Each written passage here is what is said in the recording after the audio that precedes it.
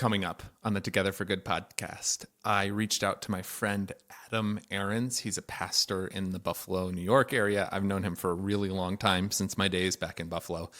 And he agreed to come on the podcast to talk about his experience with church growing up. He kind of walked away for a little bit, came back, but we have this incredible discussion about what should church be about? What should we be focusing on? What matters? What are we even trying to do here? He's so smart. It's such a fun conversation. I miss him a lot. And I'm really excited to share this with you now. So here we go. Welcome to the Together for Good podcast, a podcast created by Bethany Lutheran Church in Cherry Hills Village, Colorado, and hosted by me, Pastor Nate Preisinger. On Together for Good, our goal is to provide practical, engaging content that supports you without expectations. Whether you're feeling disconnected from traditional religion or simply exploring what faith means in your life, we're here to walk alongside you. No matter where you are on your journey of faith, we're glad you're here. Welcome to Together for Good. I'm on the call with my longtime friend, Adam Arends. Hello, Adam. Hello, Nate. He has many leather-bound books and a beautiful bookshelf behind him. He is the pastor at St. Timothy Lutheran Church in Grand Island, New York. Do you say in Grand Island or on Grand Island? Because it's an island. Yeah, I usually say on, but either works. It's a town as well. He also helps out at Good Shepherd Lutheran Church in Tonawanda. So the fun part about that whole Buffalo, New York area, upstate New York Synod, there's a lot of you pastors who are kind of helping out in a couple of different places, correct? You're not the only one that's got like two jobs? No, I'm not. So there's a lot of half-time, three-quarter time, which lends itself to being transition pastor at other places. I've also helped another church, St. Mark's, as they were heading towards legacy status, as it's now That's what they call it? That's what our bishop has started to call it. Yes, legacy status. Oh, I love euphemisms. Okay. Yeah. Because it used to be holy closure, but now it's legacy status. Right. Because, closure is just too harsh a word. So it's legacy status. I mean, it is what it is. How do you like this whole like dual church model thing? You've been doing that for a couple of years between two congregations. I'm just curious what that's like. Do you have to do two sermons and two worship services on a Sunday? Do you just kind of pop in once in a while? Yeah. So we kind of set it up to talk about this. This has been very helpful in this. So, absolutely. As a three-quarter time pastor, they said, you should get some Sundays off, so you can set it up how you want. But so how I've done it is pretty much I take one Sunday off a month from St. Tim's, and then I'm at Good Shepherd the first Sunday of the month, and then I'm there the third Sunday of the month, and they move their worship time for that one. So, oh my, yeah, that's a lot of juggling. Yeah, so it is. I mean, that's the thing. It's a lot of juggling. How do I like it? It's a lot of juggling. It's also a lot of evening meetings, so time away from family. So that can get tricky sometimes. Because you have two council meetings, right? Like you have to do. Yeah, that's rough. And sometimes three, because St. Mark is, they have voted to close it and have stopped worshiping, but we're waiting on the state for the sale of the building. So it's a lot of fun. So they still have legacy status council meetings, is what you're saying? That's why it's called legacy status, because it's still kind of there. They're technically an organization according to the state, but they're not worshiping. After this podcast, I'm never going to be able to get a call in upstate New York ever again. That's okay. Are you looking for one? No. It's too gray there. You're wearing a sweater. It's the end of April. Come on. It was 40 degrees this morning. It'll be 65 by the end of the day. Okay. All right. That's why you have two shirts, so you can take the sweater off and still. I get it. Every day. Back on topic. There's been no topic. One of the reasons I wanted to bring you on is because you have had a really interesting kind of experience and connection with the church. You grew up, your dad was a pastor in rural Minnesota. Is that fair? Is that largely where you were? 100%, yeah. What's the town? Because I know a lot of our listeners are from Minnesota. Are from the Midwest. So my elementary school years were spent in Geneva, Minnesota, a town of about 400 people. And my high school years were spent in Spring Grove, Minnesota, about 1,400 people. That's near La Crosse, Wisconsin. Oh, right. Yeah. Right over the, okay. Small Okay. places. And then you head off to Wartburg College, go Knights. And You rah, rah, rah. And then, so growing up in the church, you had to do all the pastor's kids things. We share that in common, that very interesting experience. What was your feelings about it growing up? Was it just like, this is just what we do? It's fine. I hate it. Why do I have to go? A mix of all of it. The thing that always comes to mind when somebody talks about being a PK is waiting for your dad to be done talking to people. Just that long wait after everything. Yeah. And you're an introvert, so that's not fun for you. Yeah. It was not. I just wanted to go home and play Nintendo. But it was fine. It did instill in me, to use a church word, instill in me sort of that routine of going to church, and it also one of the big questions you're talking about is why people still go to church. And for me, music is a big part of that, right? Where else do we sing publicly? We, singing Happy Birthday. That's and Take Me Out to the Ball Game. Yep. Yeah. And the national anthem, maybe. Those are the only 3 songs that we sing publicly. And we don't think we have to be professional at it unless we go to church. So that and a routine, I think it started in me, even when I was pushing against the church, mostly after college. But let's talk about that. Go to college. You do some years with Lutheran Volunteer Corps, both as a service year, and then you kind of worked for them for a little while as well. Is this when you started to push against the church a little bit? And what was that about? I think it started in college, but I got a very logical brain, as many people do. So some of the, believing in miracles didn't make a lot of sense to me. Yep. So the things in the Bible that people say, well, we just got to believe that.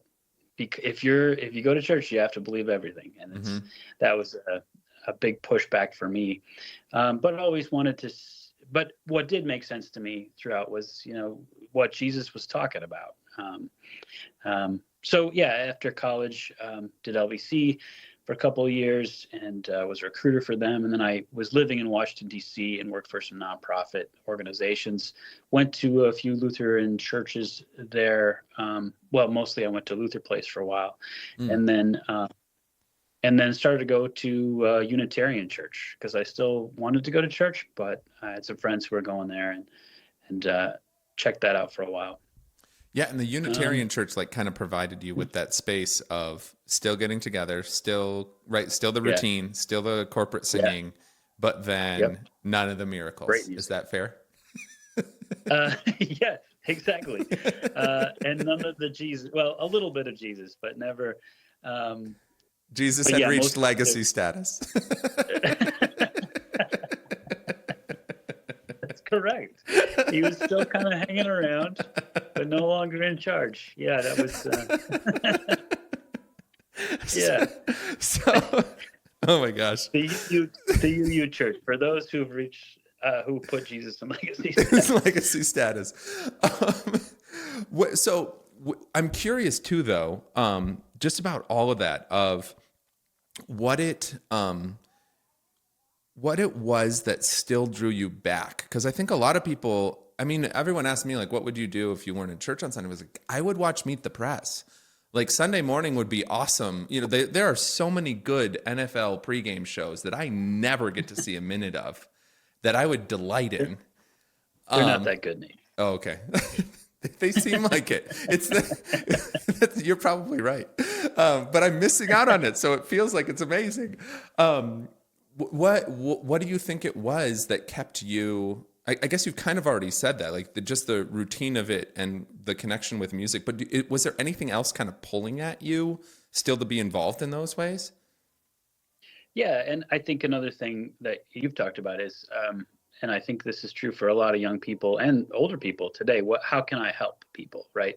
Yeah. Even if you are question the Bible and faith, and you have trouble coming around on that, everybody, not everybody, but most people think, how can I help? And churches provide a way to do that. They have a mission, and certainly the UU Church is big on service in the community. So it ticked all those boxes for me. And like you said, the Lutheran Volunteer Corps and helping people has always been important for me. Yeah. How do I figure out a way to help other people? So I think, yeah, something practical. As I was getting ready for today, one of the other things I think, as just always looking for what is truth, right? Pilate asked Jesus that, and I feel like people are often seeking that as well. What is truth? And churches provide some kind of answer there, even if it's a fuzzy one for some people.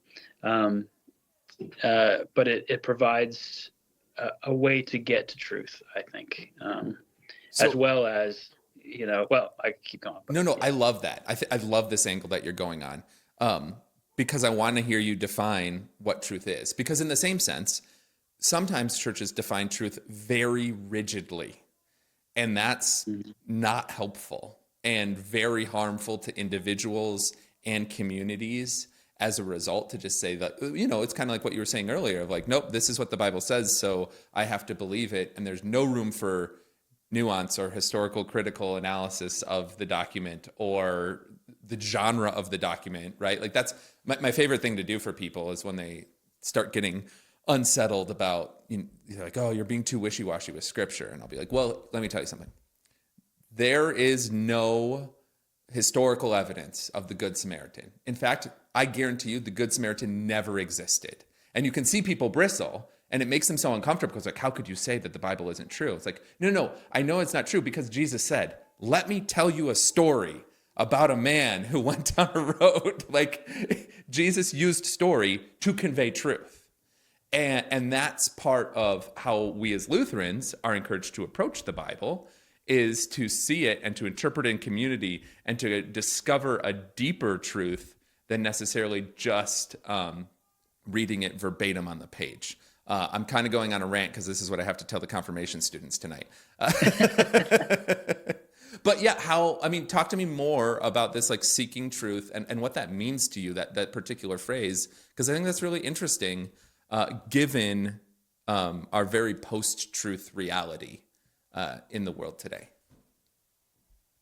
Yeah. So, I think you said it really well. Jesus himself used story to convey truth. So he didn't use facts, and facts are tricky, but he used story. And the other thing I think that Jesus used, and how we get to truth, is thinking about all the the reasons you come to church and the reasons I continue to go to church, kind of because I don't feel good about myself, right? I've done bad stuff, and or not bad, I've been meaning to talk to you about that. Yeah. Thank you. We could talk after. But that sense of grace and community and connection that Jesus talks about over and over, that the kingdom is not just like following all the rules. I just did a Bible study on Matthew for 10 weeks, and so because it's Matthew's year, so I looked at it, and I'd never really done that before, and the commentary I read was great. So Jesus reserves his criticism in Matthew for those in power who believe that you have to follow every rule to the letter. So, and he calls them hypocrites constantly. So if you interpret the Bible as a set of rules that you have to follow, how do you reconcile that with Jesus saying, you hypocrites, you say you can't do work on the Sabbath, but this person is hungry, this person is bleeding, this person is hurting. We've got to use this. So to me, all of those stories say, what's the most important thing about our lives? It's showing people grace, and including people in community, bringing them in and showing them that love is the truth, that grace and connection and even forgiveness is true. So when Pilate says what is truth, that's really bold way, I think, of the gospel writer saying he doesn't get it. Yeah. Pilate can't get it because he's in power. He doesn't understand what it is to have real connection because he's only using power. Whoa, that's incredible. Yeah. Yeah. I'd never put that piece together with Pilate's position being part of what blinds him to a lot of this. And that's a lot to consider. No, keep going. You had a little more to say, it sounds like. No, shout out to Mark Allen Powell. He's the commentary I read. He's really good. But yeah, and it's not just Pilate in the Gospel of Matthew. Anyone in power doesn't get it. And Jesus is constantly saying the kingdom of heaven is like kids. It is the women in the Gospel of Matthew who stick with Jesus and get it the whole way. And women, as we know in that culture, had very little power. It's the people who have no power in the eyes of the world that Jesus says are the ones who get it, who understand what God wants for us. That's truth. Yeah. Well, I mean, that's amazing. And how are you to interpret that as someone, like, we don't like to recognize it because we think like, oh, I'm not Elon Musk, I'm not Jeff Bezos, I don't have that much power, I'm not a congressperson. But no, I mean, in the grand scheme of things, we really do. How do you interpret that? Where does that lead you or convict you? So you do what you can with what you have for those around you, and you keep inviting in. The more barriers we put to people, the less I feel like we're following Jesus. The more barriers we put to having people come in and be accepted. So yeah, I mean, you're commenting there, like every American, there's plenty of poverty in the United States, and there's plenty of work to do, but on average, we live like kings, right? It is very comfortable. It's very comfortable. It's very comfortable. So what do we do with that comfort? Is that comfort what Jesus is hoping for us? And there are, you've said it, there are pastors who would say, yes, absolutely. Jesus wants us to be comfortable and happy. Well, sort of. Yeah. But where do we find comfort and joy? Do we find it in more and more and bigger, or do we find it in connection and inclusion and helping and And so I want to add a nuance to it, and I want to hear your pushback or just how it settles with you. Because one, I love the way you're talking to us about Matthew's gospel. And it's obviously not just there, but I realize that's the book you read and the study you did. But it does seem like all throughout scripture, Jesus comes along and says like, yep, it's not about the rules. Religion is not just rules for rules' sake. It's how we show up with compassion and mercy. Right? Like so many of his parables kind of focus around those themes. Good Samaritan for one, shout out. And with all of that, though, what it's leading me towards, the other piece that Jesus does, though, is makes the rules harder. And there's a number of places where he says, you have heard it said, but I say to you. That's Matthew 5, I think. That's Sermon on the Mount. But it also shows up in Luke in different ways. Woe to you, da-da-da. So he's always making the rules harder. And I just wonder if what we're supposed to realize is that we all are terrible at this. Like not for like a woe is me, like an intense guilt feeling, but just to break ourselves out of the idea that it's about being impressive or it's about following all the rules exactly to the letter so you can feel better than someone else. But it's like, no, like you can't keep the rules, right? Like as good as you think you're doing, you actually are still falling short. And that's where you need grace. And that's where you need mercy from your fellow human being. And when we can actually just be honest and more vulnerable with each other, that's where much deeper community forms too, right? Like I hear that in what you're saying is like, no, like I'm terrible at this. Can you help me? And just my opening up about that will create so much deeper connection in humanity. Like that's what love is sort of like taking the most vulnerable part of yourself and accepting the most vulnerable part of someone else and just loving each other despite all of that. Thoughts, pushback, critique. Wow, I think that's right on. Yeah. Well, and I think about our relationship, Adam, and like that's why we're such good friends. Is because I would come over to your house every Monday night and we'd watch Monday Night Football. And because of that thing I did that one time when you separated. No, we'd sit and watch Monday Night Football, but we wouldn't really watch it. And I was going through like really hard times in my life, and you and your wonderful wife, Kristen, a fellow Lutheran pastor, would just kind of like sit and like counsel me through it all. But like I felt safe enough to complain to all of you, and you were caring enough to like support me in all of that. I don't know. I mean, that's how I remember it, at least. I feel like those Monday nights forged our relationship. And it's just one example of what I'm talking about, is it's because we went through real stuff together and not just because we liked to watch the Bills. Right? Like that's its own form of suffering. Yeah. Right. But yeah, I think you're right in that Jesus wants us to be together and to share in that there's a sense of doing it together. I like you're pointing out that we all fall short of what Jesus really expects of us, because you've heard us say this.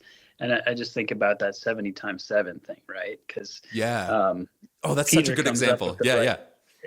Peter comes up with the right answer. He's like, oh, how many times? Like 7? That's a lot, right, Jesus? He's like, well, how about 7 sevens or 77? How about a whole lot more than that? And just keep going. You just have to keep doing it. So with all this, I mean, this is truth.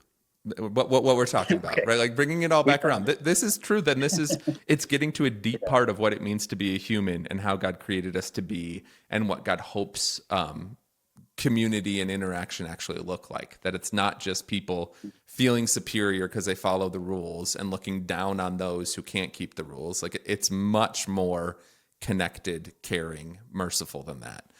But with all of this, bringing it back to these are the reasons you're saying why you think it's important, why churches should still exist. And I kind of want to hear more from you about that as well. It's like, why do you think people might want to keep going to church, given the fact that that's not really often the way the message gets presented? Yeah. It's so even if at its basic, right? I think that it is helpful to go to places that aren't just your family and your work. It's that third place idea. So at its low bar, I feel like church fills in a place where you get to see and talk to people that you wouldn't normally. And at its best, you are invited into a community where grace happens. And we don't have a lot of that in other places, right? Family is tricky. Sometimes you get grace from your family, but sometimes it's not great. Would you like to tell a story? Just kidding.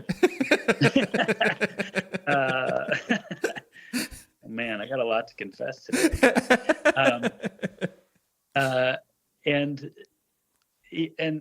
So at its best, you get a chance to be included and to hear a story of grace and forgiveness and that you're loved. Not, because family's tricky and work is work for most people, right? Sometimes you've got a grace-filled place of work, which is great, but I work at a church. Most of the time you're doing great. So additionally with all this too, like given your interesting relationship with church throughout your life, what do you hope for with your kids? Because you, as we've put together, if people are tracking at home, you're a pastor, Your wife, Kristen, is a pastor. Your poor children. You've got Annabelle. She's a junior in high school. Yeah. That's crazy. I remember when He she was just turned born. 17 yesterday. Oh Yeah. my gosh. And Yeah. then Weston's in 8th grade, going to start high school next year. So Yep. what do you hope for them? This is always, I'm always so fascinated by what parents think about this. Partially because I just don't know specifically what my hope is for my kids. Like, this means church and religion and faith means so much to me, and that's usually how I convey it to them. It's like, I just want you to have something to fall back on. After my mother passed away, I remember coming back and telling them that. I'm like, hey, like, I just want to tell you how this showed up for me in the midst of a really hard moment. And more than anything, like, just know this is why I make you go to church and why I think this is important and talk about these things, is because it can carry you when things are really terrible.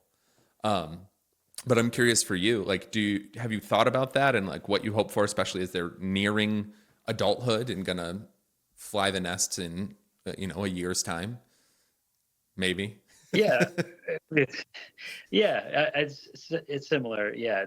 The same kind of thing. Like, I want you to know that I want you to find a place that fulfills you, that feels comfortable, that fills you up in a way that other places can't and don't necessarily. A place where you can come and think about something other and leave your thoughts, right? Like, I know a lot of people who come to church who say that the church serves that for them, that God, works in their lives in that way, that they come to church with a whole bunch of stuff on their mind. They didn't want to come. It didn't feel great. And then they leave feeling lighter. And you can, we can theologize about that and make it the Holy Spirit or Jesus taking our stuff or whatever it is. But so there's something about being together, singing together, sharing a meal together, and just checking in with a few people that makes a big difference in people's lives day to day. And I want that for my kids. I hope that they find a place, not with dad or mom, right? Usually not how it goes, Yeah. but to find a place where they feel that grace is real. Yeah. Yeah. Yeah. And just that steady presence of peace through it all too. Because you're right. Like, we can theologize about it. We can also psychologize about it too, and just say, like, no, like, it's probably good for you to slow down for an hour once a week and like experience beauty of music and to sing together, which like forces you to breathe together with other people, which like has this whole meditative effect. And to like hear something positive rather than just whatever new horror is persisting in the news. Sorry, I interrupted you. You were going to say one more. No, it's gone. Yeah. You are so old. Oh my gosh. Dude, just losing it all the time. What do you think it was, Adam, that brought you back though? Right. Like, we got pulled on a couple of different tracks here, but why? I mean, you ended up as a pastor, and I know some of that story, but also, I mean, you were pretty involved in church before a lot of that. What do you think it is that pulled you back towards something a little more traditional than your Unitarian legacy, Jesus?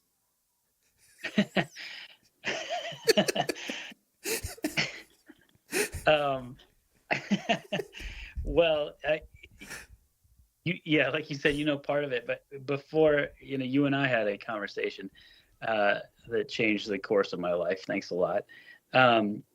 We had other friends, a mutual friend, Steve, and conversations with my wife too, but it's friends who say, hey, you've had experience at church. Do you want to help out in this way? I ran Sunday school for like a year and a half, very part-time, because somebody was like, oh, you could do that. And I was like, I don't know. But I did it anyway. So I think it's that invitation by people you trust, and we call that the Holy Spirit working through people, right? But yeah. So that was before. I was in a place where I was like, I'm not going to church. I probably 5 to 10 years off and on. I was just like, I'm not going. Is that how you know that the pregame shows aren't any good? That's one. Yes. Okay. Also, Also, I get done earlier than you out there in Denver, so I get to see them sometimes. There's nothing there. But so there was that, and then you're my call story when people ask about it. So that's why I said it's your fault. You and I had that conversation in your backyard, and you said the prophetic words that changed my life, because I was like, you're like, why aren't you in seminary? You've thought about it, you've talked about it, you've said it's kind of hanging back there, and you said, and I said, well, like I told you today, I don't believe everything. The creed is kind of weird. The Virgin Mary thing, I don't know, like maybe, but that doesn't make any sense.